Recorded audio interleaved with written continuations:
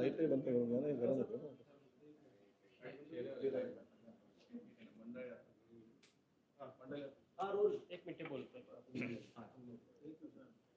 आजपासून विदर्भातील 11 जिल्ह्यामध्ये विदर्भातील मंडल यात्रेला भंडाऱ्यापासून सुरुवात होत आहे. मंडल आयोगांच्या सर्व शिफारसी लागू करून या राज्यातील आणि देशातील ओबीसीला, शेतकऱ्याला न्याय मिळावा या प्रमुख मागणीसह यात्रा 11 जिल्ह्यामधून प्रवास करून चंद्रपूरला याचा समारोप होणार आहे. केंद्र सरकारकडे अनुसूचित जाती जमातीप्रमाणेच ओबीसीची जातनिहाय जनगणना करावी ही यातली प्रमुख मागणी आजच्या ओबीसीच्या आमच्या यात्रेच्या निमित्तानं आम्ही केंद्र सरकारकडे मागतो आहोत आणि यासाठीची जनजागृती आहे. केंद्र सरकारने ओबीसीसाठी स्वतंत्र मंत्रालय निर्माण केलं पाहिजे ही सुद्धा प्रमुख मागणी या ठिकाणी आहे. राज्य सरकार केवळ ओबीसीचे मतं घेऊन सत्तेवर आसन होतं, पण ओबीसीला मात्र देताना यांची दुपट्टी भूमिका राज्य सरकारची नेहमी राहिली आहे. सगळ्या मंडळाला जेवढा निधी दिला जातं तेवढाच निधी ओबीसीची मोठी संख्या असूनही आम्हालाही तेवढाच निधी देतात. म्हणजे सारथीला, बार्टीला, तार्टीला जेवढा निधी तेवढाच निधी ओबीसीला, महाज्योतीला दिला जातो. आमच्या लोकसंख्येनुसार आम्हाला किमान 1000 कोटी या महाज्योतीला मिळाले पाहिजेत. तर हे सरकार खऱ्या अर्थानं ओबीसीच्या काय भल्याचा विचार करतो असा त्याचा अर्थ होईल.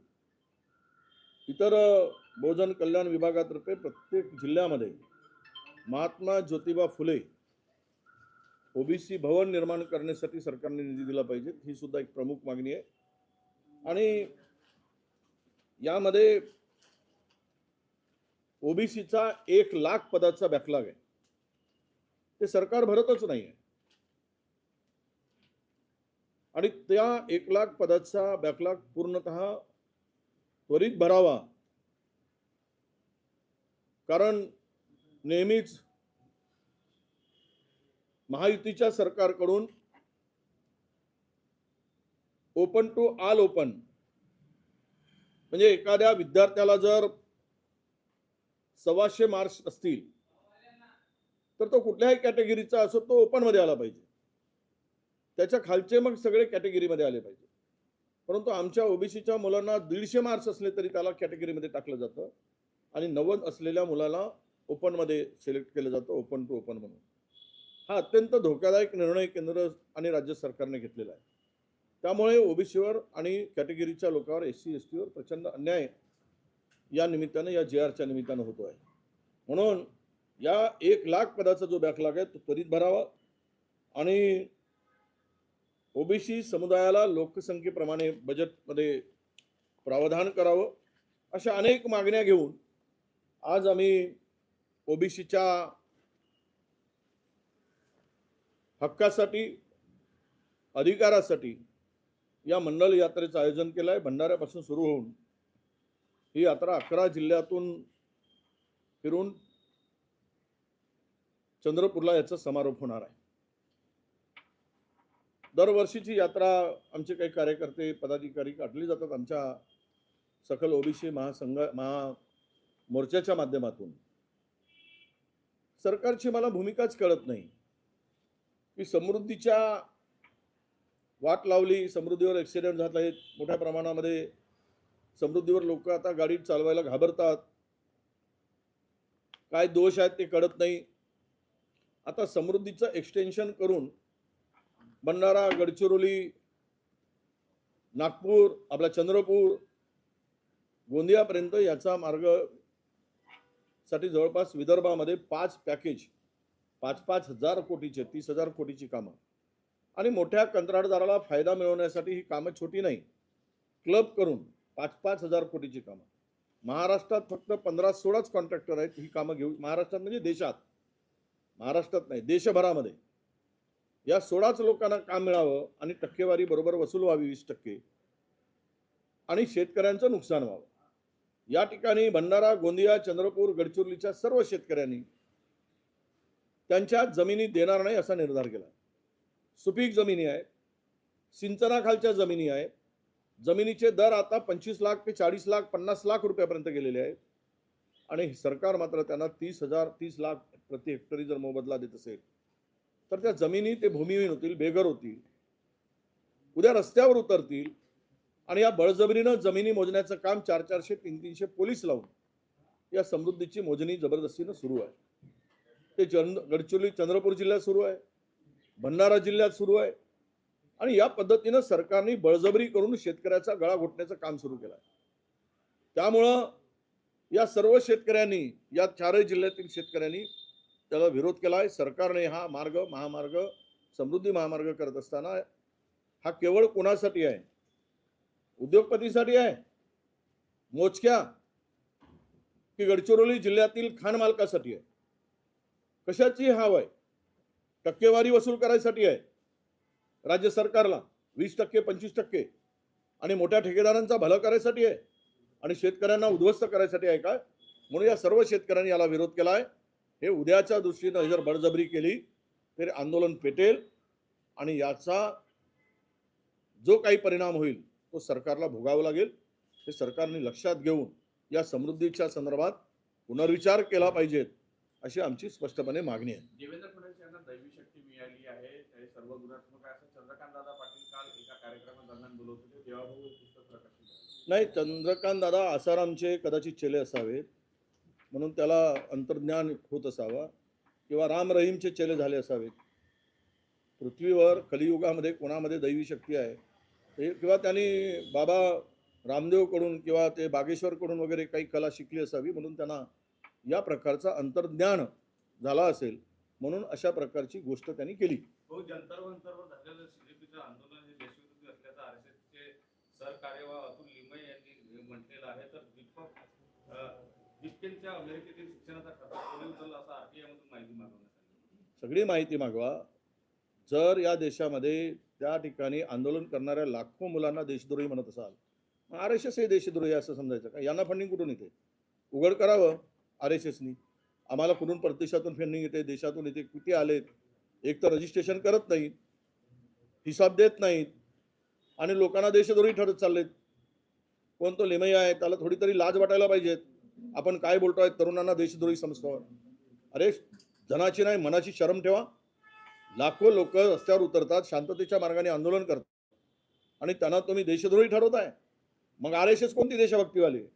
इंग्रज होते त्यावेळेस इंग्रजांच्या मागे धावत होती त्यावेळेच्या हिंदू महासभेने. त्यावेळेस त्यांना वाटत होता हा देश स्वतंत्र होऊ नये म्हणून. जे जे परकीय आले त्यांच्याला साथ देणारी मंडळी या देशातील तरुणांना जर राष्ट्रद्रोही म्हणत असेल, देशद्रोही म्हणत असेल तर पुढच्या दिवसामध्ये यांना याचे परिणाम भोगावे लागतील. जनता यांना यांची मस्ती आणि गरमी उतरवल्याशिवाय राहणार नाही. राज्यामध्ये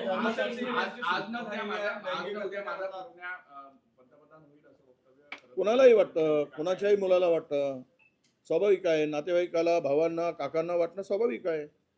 आता ते ठरवणारे तिकडे 2 लोक गुजरातचे आहेत, कोणाला उद्या काय होईल. पण आम्हालाही वाटतं की महाराष्ट्राचा एखादी नेता जर त्यांची सत्ता आली, आमची सत्ता आली तर आमचे पंतप्रधान ठरलेले आहेत, आमचे नेते ठरलेले आहेत.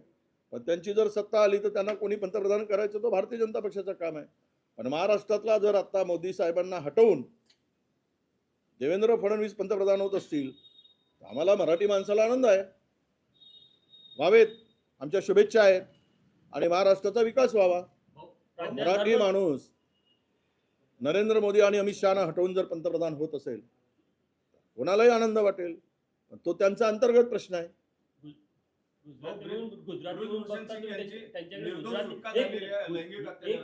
त्यांना गुजराती म्हणून त्यांच्याकडे या अँगलनी बघतात की नेतृत्व म्हणून बघतात? नाही, असं आहे. नेतृत्व कसलं आहे? 2 उद्योगपतींच्या भरोशावर, सोशल मीडियाच्या भरोशावर उदयास आलेलं हे नेतृत्व आहे. 2 सत्तेमध्ये आहेत आणि 2 जण देश लुटत आहेत. हे काही लपून राहिलेलं नाही. देशातल्या जमिनी भडकवत आहेत. देशामध्ये एकीकडे सत्तेचे मालक ठरलेत आणि दुसरीकडे या देशाचे मालक कोण आहे ते ठरलं आहे. सध्या देशावर वर्चस्व कुणाचं आहे? त्यामुळे माझं मत एवढंच आहे की जर त्यांना हटवून त्या जोडीला हे पंतप्रधान होत असतील तर आम्हाला अभिमान आहे. मुंबईतून एक बातमी मोठी पुढे आली आहे. SRA घोटाळ्या प्रकरणी 4 जणांना गुन्हा दाखल झालाय. वांद्रा, सांताक्रूज, माटुंगा, अंधेरी या प्रकल्पग्रस्तांच्या तिथे फ्लॅट देण्याच्या नावाखाली 47 जणांची फसवणूक झाली. महत्त्वाचं म्हणजे काँग्रेसच्या खासदार वर्षा गायकवाड यांचे तत्कालीन PA आणि आमदार संजय कोतनीस यांचे माजी PA विश्वनाथ जाधव यांच्यावर गुन्हा दाखल झाला. असं आहे, जो विरोधक आहेत असे घोटाळे 50 नाही 500 मिळतील भारतीय जनता पक्षाच्या विरोधात.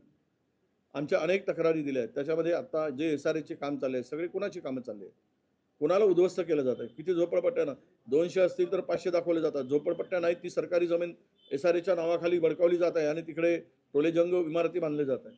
जो दोषी असेल, पण दोषी त्याच्यावर कारवाई झाली पाहिजे. तो कुणाचा PA आहे, कुणाचा आहे. आम्ही तर एका आदर्श घोटाळ्यामध्ये एक सदनिका घेतली म्हणून मुख्यमंत्र्यांना काढलं, फोटो काढायला गेले म्हणून विलासराव देशमुखाला मुख्यमंत्री पदापासून दूर व्हावं लागलं. हे करोडोचे घोटाळे केले तरी खुर्चीवर बसून आहेत. कोणाला मार खावं लागतं, गोळीबारातला पुढे जावं लागतं एका मंत्र्याचा राजीनामा घेण्यासाठी. घोटाळेबाज किती केले आहेत, ज्यांचे घोटाळे काढले तर आयुष्यभर जलातून बाहेर निघणार नाही याची जर निपक्ष चौकशी झाली तर. त्यामुळं दुसऱ्याकडे चौकशी करणं, घोटाळे करणं, त्यांचा आवाज दाबणं, घोटाळे बाज आहेत म्हणून, हे तर विरोधकांना दाबू देत. आमचा काही त्याला विरोध राहणार नाही. सत्य आहे असेल तर कारवाई व्हावी, कारवाई सरकारने करावी. पंकजा मुंडेंनी राजीनाम्याची भावना व्यक्त केली. मुक्तता करण्यात आली. हं? गुरु दुलशन सिंग यांची निर्दोष मुक्तता करण्यात आली.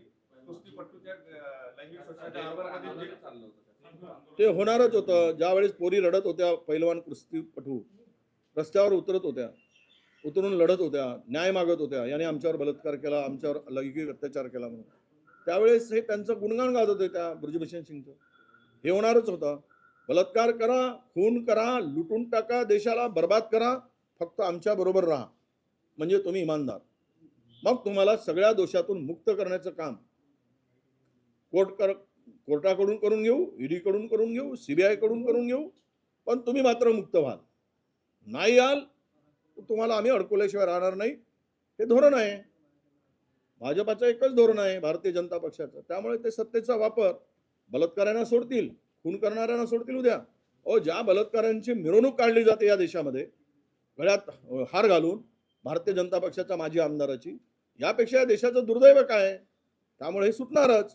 त्या पोरींचा आक्रोश आणि त्यांच्यावर झालेला अत्याचार, हे वर जर हे आता हे देवाला मानतात नाही मानत, हा काल परवा त्यांनी पुण्यावाल्यांनी सांगितलं, हे देवच मानत नाहीत. भाजपाने केवळ धंदा करून बसलायत, देवाच्या नावाने धंदा चालवत आहेत RSS आणि भारतीय जनता पक्ष. हे मी नाही म्हणतो, पुनावाला म्हणत आहे. त्यामुळे हे स्पष्ट आहे, हे देवाबिवाला मानत नाही. जर देवाची थोडी भीती असती तर तो माणूस निर्दोष मुक्त झाला नसता.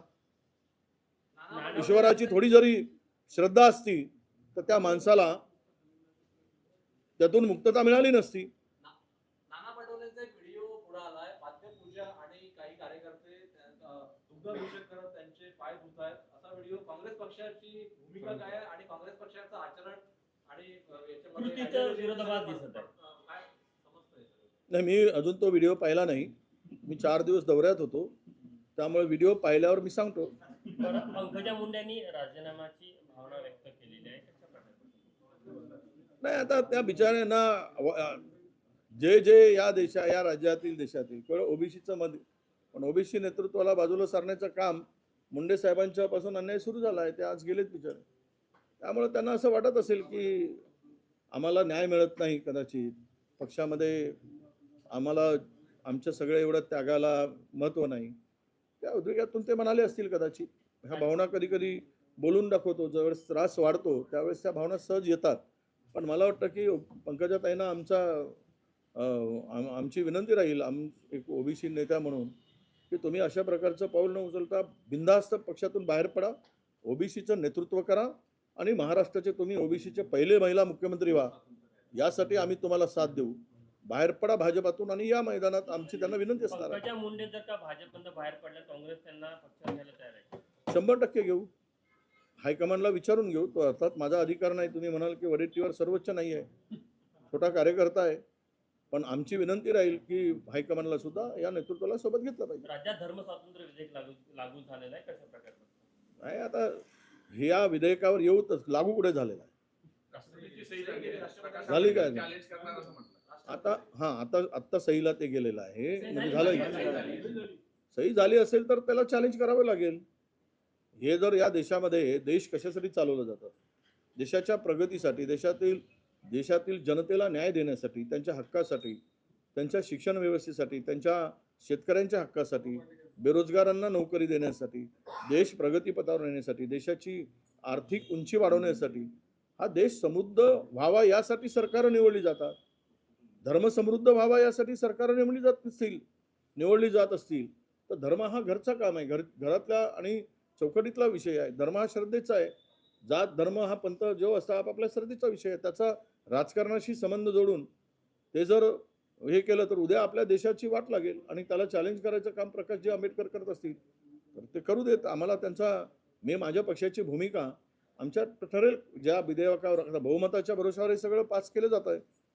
हायकमांड आमची ठरवेल या संदर्भात काय भूमिका घ्यायची. काँग्रेस कोर्टात जायची तयारी करेल का नाही, मला विचारावं लागेल. चर्चा होईल आमच्यामध्ये. इथे काय आम्हाला स्वातंत्र्य नाही की कुठल्या विचारावर जायचं झालं तर हायकमांड मध्ये कोर कमिटीच्या चर्चा होऊन तो निर्णय होतो. नाशिकमध्ये पोस्टर लागले, भुजबळांना पालकमंत्री करा आणि मुख्यमंत्र्यांकडे मागणी करा, पोस्टर लागले. नाशिकमध्ये खड्डे मोठ्या प्रमाणात आहे. गिरीश महाजनांना टीका होऊ लागली. आता तिथे त्या नाशिकच्या कुंभमेळ्यासाठी जवळजवळ सर्वच कंत्राटदार हे गुजराती आणि बिहार UPचे बाहेरचे कंत्राटदार मोठ्या प्रमाणात त्यांनी कामं घेतलेत. आता पहिल्या पाण्यामध्येच केलेले कामाची सगळी वाहून गेली आणि नको ते कामं केली. 33,000 कोटी रुपये त्या ठिकाणी खर्च केले जात आहे आणि या कंत्राटदारावर ते उधळपट्टी चालली आहे. यांनी एटफारमध्ये कुठलीही स्पर्धा नाही. सर्रास काम त्यांना त्यांच्यावर कंडिशन टाकल्या जातात. त्या कंत्राटदार म्हणतात ते आणि तेच क्वालिफाय होतात, तेच इलिजिबल होतात आणि त्यांनाच ते कंत्राट मिळत आहे. त्या लोकांनी 25% देऊन खालच्या लोकांना काम देणं 30% घेऊन कपात करून खालच्या लोकांना सबलेट करण्याचं काम सुरू केलं आहे. म्हणजे 30% मार्जिन काढली.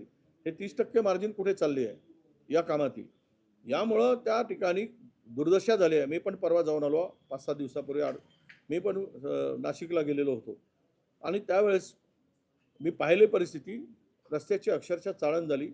लोक शिव्या घालत आहेत आणि तुमच्या त्या कुंभमेळ्याच्या नावाखाली जो काही धिंगाणा तिकडे चाललेला आहे तो निश्चितपणे त्या नाशिककरांच्या जीवावर आलेला आहे. तुम्हाला आवश्यक असलेली कामं करा पण त्या कामाचा दर्जा टिकवा. ते न करता बोगस कंत्राटदाराकडून बोगस कामं करून जी काही लूट चालली देवाच्या नावाने त्या कुंभमेळ्याच्या नावाने यावरून जनतेचा उद्रेक झाला असेल आणि ते बोर्ड लागले असतील. मुख्यमंत्री फडणवीस के चाचा जी ने ऐसी इच्छा दर्शाई है कि प्रधानमंत्री उतना पोटेंशियल उनमें है, कैसे देखते हैं? नहीं देखो कि वो जिसके भी फैमिली को सबको लगता है. अगर मैं कल MLA हूँ तो मेरे फैमिली को लगेगा कि मिनिस्टर होना चाहिए. कल मैं मिनिस्टर हूँ तो लगना चाहिए कि मैं CM होना चाहिए. हर एक फैमिली को ये लगता ही है.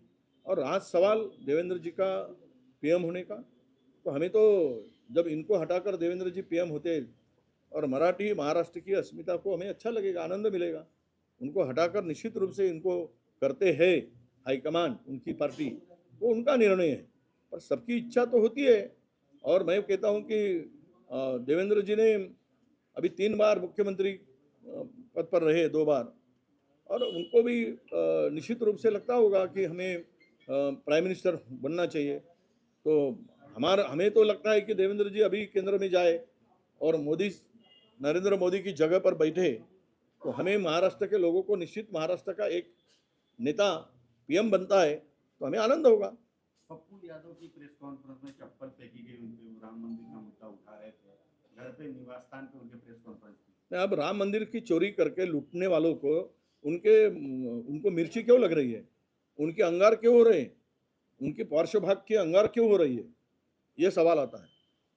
सवाल उन्होंने क्यों कहा कि जिस आस्था के खिलवाड़ हुई, आस्था के साथ में जिस धर्म के नाम पर आपने जो मंदिर खड़ा किया और लोगों ने अपना दान दिया, उसकी अगर आप चोरी करते हो, उसको लूटते हो और ये सोना लूटते हो, चांदी लूटते हो, रुपया लूटते हो, तो स्वाभाविक है इसकी प्रतिक्रिया आनी चाहिए.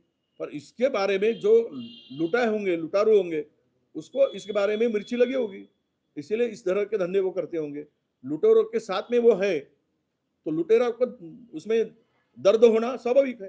भाजपा के नेता रमेश बिधड़ी जो है उन्होंने कहा है CJP प्रोटेस्ट को लेके कि जंतर मंतर पे जो भीड़ थी वो ताला और पंचर बनाने वालों की ज्यादा थी, छात्र कम थी. अब ऐसा है, वो विदुड़ी अगर वहाँ जाके देखते और पूछते 10-20 बच्चों को, तो विदुड़ी को पता चलता कि कौन थे। अब जंतर मंतर क्या है, देश का युवा भड़क चुका है, इनको नीचे खींचे बगैर वो शांति से बैठने वाला नहीं है, ये सबको पता है। जब प्राइम मिनिस्टर ने रात के 2 बजे जो वीडियो जारी किया, उसको 3 करोड़ लोगों ने लाइक किया, ऐसा बवाल किया गया, पर उसमें भी 28 करोड़ लोगों ने वो नहीं बताया कि उनके कमेंट्स क्या आए, उनके खिलाफ में आए।